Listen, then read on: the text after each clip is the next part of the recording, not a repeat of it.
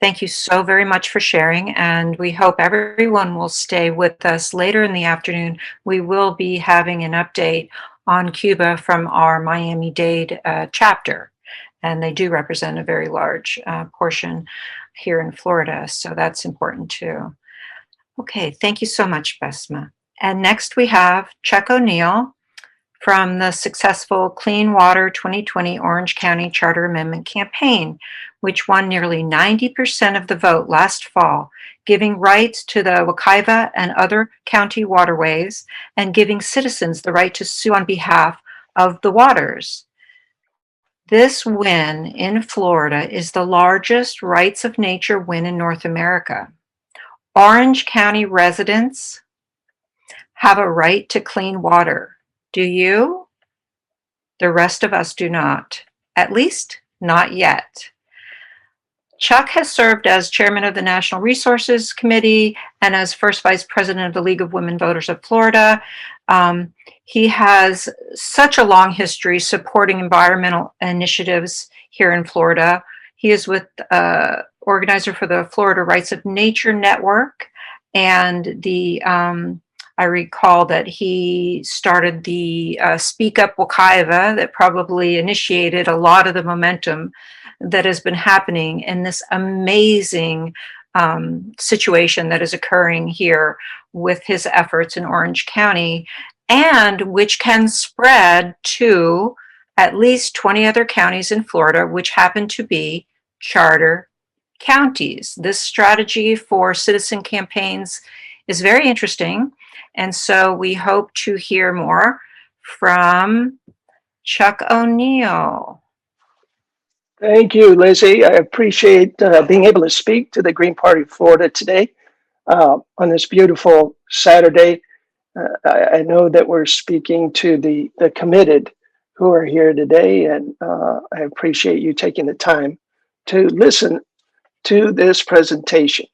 Now I'm going to pull up the presentation.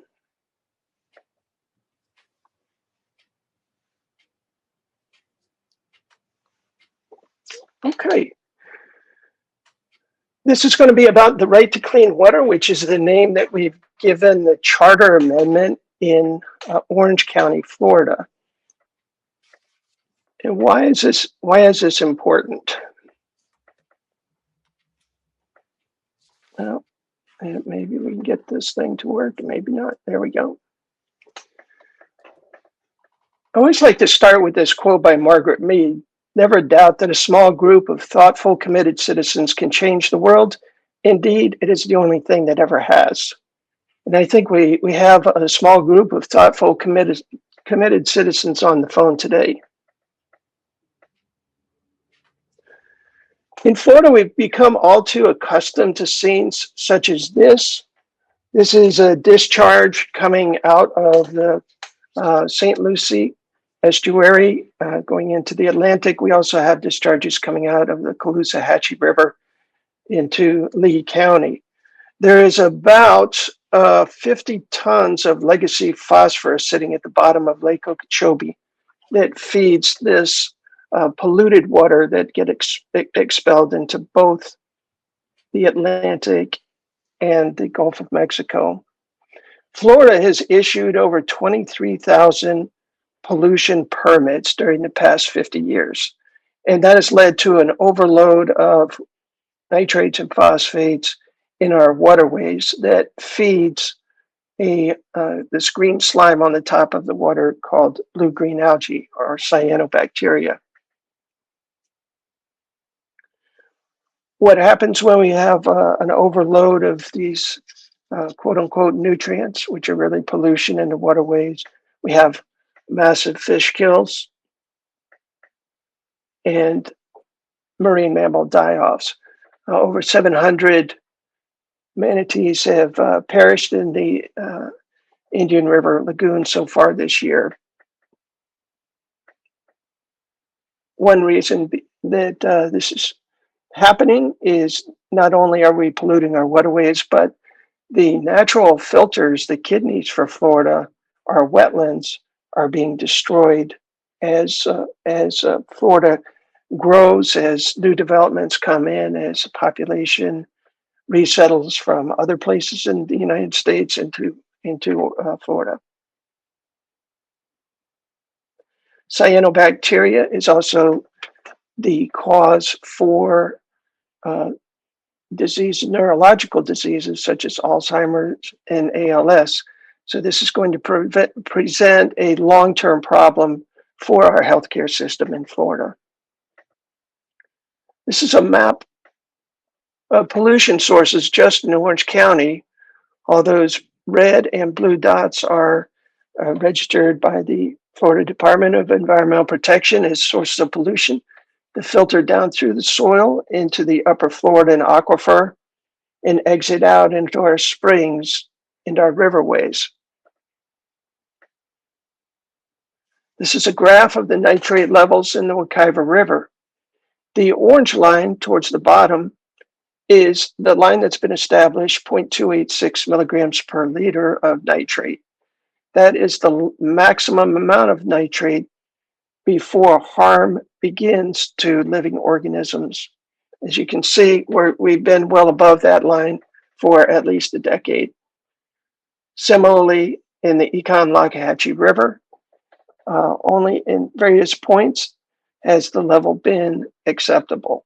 For the most part, it's way too high. Now, you know, what causes this excess of nitrates is largely due to wastewater in the form of septic tanks and wastewater treatment facilities, as well as agricultural fertilizer and residential fertilizer.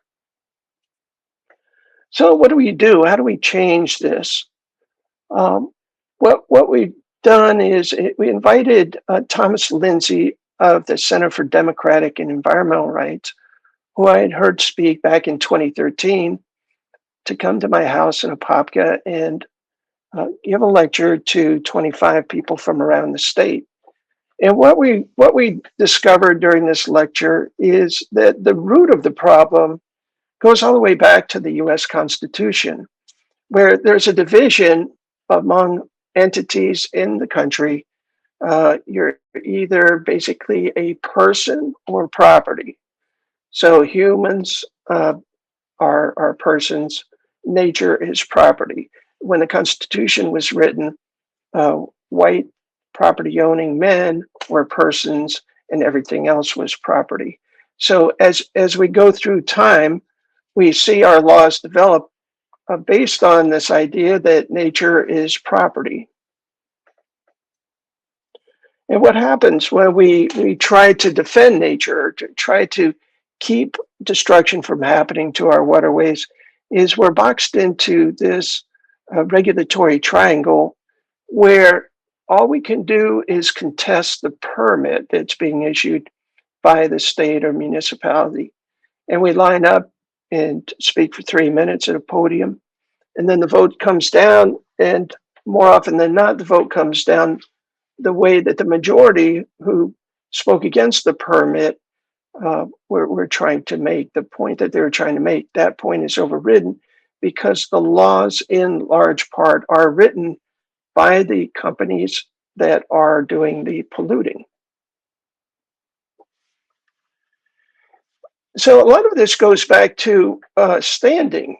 Does nature have standing? Can a river bring a lawsuit in the state of Florida? And the answer is only in Orange County, because nature is property and has no rights. This was borne out in a lawsuit by the Sierra Club in 1972. They sued Morton, which is a developer for Disney. It was building a ski resort in California and was about to destroy a beautiful valley called Mineral Valley. And that went all the way to the Supreme Court. Sierra Club contesting the permit went all the way to the Supreme Court. And the Supreme Court ruled that the Sierra Club did not have what's called standing to bring the lawsuit. They were not personally injured by the action, the issuance of the permit. And Justice William O. Douglas wrote the dissenting opinion And I'd like to read to you just a little bit of it. He said, the critical question of standing would be simplified and also put neatly into focus if we fashioned a federal rule that allowed environmental issues to be litigated before federal agencies or federal courts in the name of the inanimate object about to be despoiled, defaced, or invaded by roads and bulldozers, and where injury is the subject of public outrage. Contemporary public concern for protecting nature's ecological equilibrium should lead to the conferral of standing upon environmental objects to sue for their own preservation. This suit would therefore be more properly labeled as Mineral King versus Morton. So what we did is we set about trying to install laws that recognize nature as having rights other than just being property. We formed an organization called the Florida Rights of Nature Network. We're set up with 6 regional directors around Florida and 1 at-large director, which I'm lucky enough to be the at-large director. And what we tried to do is to amend the charters. There are 20 charter counties in Florida, and there are 3 ways to get an amendment on the charter, on the ballot. The first way is for the county commission to place it on the ballot. The second way is for citizens to collect petitions to put it on the ballot.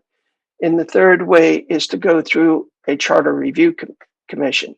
In Orange County, we were lucky enough that in 2019, they were looking for ideas on amending the Orange County charter. So as Lizzie said, my organization Speak Up Wekiva proposed to the Orange County Charter Review Commission, what if we look at giving rights to 2 rivers, the Wekiva and the Econ-Lockahatchee River?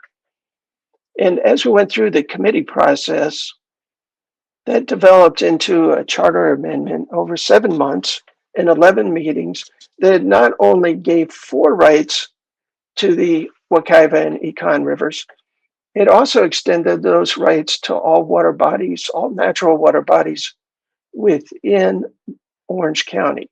And the 4 rights that they propose to give the water bodies are the right to exist, the right to flow, the right to be protected against pollution, and the right to maintain a healthy ecosystem. So on March 4th, the Charter Review Commission voted to adopt that into the report and send it to the ballot. This is the actual amendment. And it does 2 things mainly. In addition to giving those 4 rights to the water bodies, it also acknowledges that all citizens of Orange County have a right to clean water by having the waters of Orange County protected against pollution. So that is now heading to the ballot. We're in 2020, and we get to November 3rd of 2020, and it went to a vote, and we were very delighted to see that 89% of the Orange County voters voted in favor of this charter amendment. So as we all know, the 2020 election was probably one of the most partisan elections in my lifetime. And to get 89% of the vote meant that we reached not only Democrats, but NPAs and Republicans as well. I like to say that 89% voted for it and the other 11% didn't understand the question. So since that time, since it's passed, we filed the first rights of nature enforcement action in the United States. The suit is called Wild Cypress Branch versus Beachline South Residential. Here, a developer has applied to the Florida Department of Environmental Protection to take the property as it is on the left, which is full of streams and wetlands that are very important that link Wild Cypress Swamp to the Crosby Island Marsh and filter the water that enters Lake Hart and Lake Mary Jane. On the right, you'll see the developer's conceptual plan. Every part of yellow is where they're filling in wetlands or damaging and impacting wetlands, building roads across the streams to block the flow of water and to leach pollution from retention ponds into the waterways. In addition to that, we've filed and had approved 5 amendments to the state constitution. And I know that the Green Party also has one there. I hope we can all support each other's amendments. We have taken the Orange County amendment and blown it up into one that would cover all the waterways in the state of Florida. We have one, the Florida Iconic Species Amendment, that sets up a special class for 10 different species to protect their habitat and hold them harmless from commercial or recreational hunting. We have one that would block toll roads from being built in conservation areas and rural land. We have one that would outlaw ban captive wildlife hunting in Florida. A lot of people don't realize that there are over 200 licensed facilities in Florida where you can hunt even an endangered species. And finally, the 5th one is the Florida Wetlands Protection Amendment that would actually make it a crime to fill in, dredge, and fill wetlands. All of these amendments are on our website, fl5.org, and would invite you to come to that website, and you can download the full text of each of those amendments and also download a petition, all 5 petitions. So with that, I would be glad to take any questions. Thank you so much, Chuck. You covered so much. The water pollution happening in the Pahokee area of Lake Okeechobee happens to be of particular interest to Greens. We have started last year a effort on behalf of the waterways and the at-risk communities for the sugarcane burning. There's green harvesting methods that aren't being used, and it's a crime against nature and humanity, really. And the wetlands, we've engaged with our native tribes regarding the 404 assumption of the dredge and fill permits. So this new effort that you're creating, the fl5.org, is very exciting, and I'm sure that overwhelmingly Florida Greens support all of these efforts. And in particular interest also because your initial quote of Margaret Mead is small group. That's definitely us. So, we're not so much constitutional amendment capacity right now, but the charter county strategy for these types of campaigns is of particular interest to us. Can you expand on that a little bit more? Sure. There are 20 charter counties in the state of Florida, Orange County being one. What we would like to do is to install the right to clean water in each of those charter counties. And you might ask why the charter counties? Under the Florida Constitution, charter counties can do anything that is not precluded by general law. So they can do things that are bolder. Charter counties can take bolder steps. The other 47 counties are only allowed to do what the legislature tells them directly that they can do. So if we can get these measures installed into the charters, into the 20 counties, we hope to drive this further into Florida law. We also have this statewide amendment going. So we have two rails actually, the statewide rail and the charter county rail. Very good, very good. We have a question from Robin Harris, who happens to be there in Orange County with you. She ran for office recently, and she asked, what can Greens do in Central Florida to actively support? If you, Robin, hi, by the way, if you can disseminate, hi back, if you can disseminate the website address, we tried to keep it short, fl5.org. People can sign up to receive automatically the 5 petitions that would be emailed directly to their email address. And the reason why I say, can we uh, uh, get this website going versus going around collecting with clipboards is all the people who come in and sign, we retain their information such that if this goes to the Supreme Court, and I know you all are going to have the same issue, if it goes to the Supreme Court, we have a very, let's say, lopsided Supreme Court right now, and they say, oh, you should have had these 4 words in your petition, that we don't have to go back to go and start all over again, that we'll have names built up in this database where we can change the petition, get it approved, and get it back out as quickly as possible. I think we all know the fight over the recreational marijuana amendment, that the Supreme Court dragged their feet for almost a year and then came back and said, oh, you should have said these 4 words. And because you didn't, it's misleading. They had 500,000 signatures, and then they basically gave up because there's no way for them to recreate that same 500,000 easily.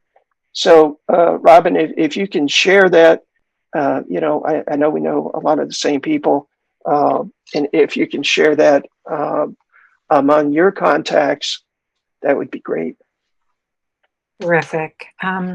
Yes, and there's more signatures needed for these in addition after this last legislative session. So all the more strategic to keep those names in case of minor hiccups like that can derail the whole thing. So last question, Stephen Baker, you have a question? Yes. Chuck, thank you for being here with us today.